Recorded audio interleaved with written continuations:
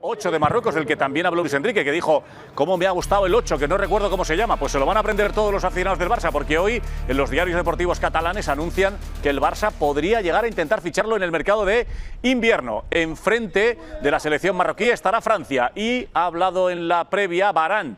Tiene muy claro cuál es el objetivo y tiene muy claro con quién va a vencer más. إخوان السلام عليكم ورحمة الله تعالى وبركاته.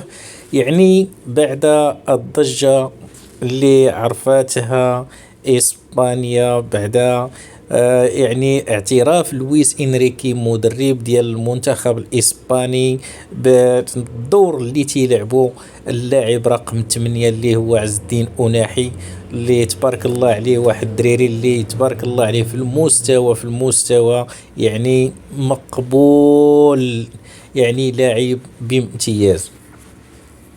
يعني بقات الصحف الإسبانية، يعني بدأت الصحف الإسبانية في حوار شكون هو هاد رقم 8 اللي هو عز الدين أناحي، وفي حين أن البارسا يعني برشلونة وبدات تتهتم باش تشري هاد اللاعب ويلعب معها في الفريق ديالها ان شاء الله في هاد الانتقالات الشتويه.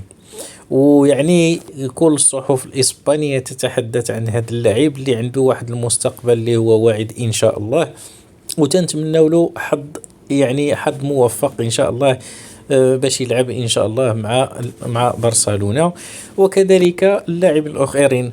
وكما سمعنا إن شاء الله تا حكيم زياش تا هي تا مدريد راها يعني تدير يعني واحد المحاولات باش يعني تعاقد يعني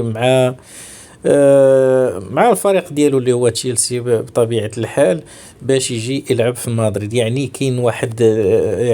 كاين واحد الانتقالات ان شاء الله بعد المونديال، بعد هذا الكأس ديال المونديال كاين انتقالات اللي هي كبيرة. كاين ان شاء الله بونو، كاين زياش، كاين هذا أناحي كما قلنا، يعني عدد من اللاعبين، وتنتمنى لهم التوفيق ان شاء الله جميع اللاعبين. والسلام عليكم.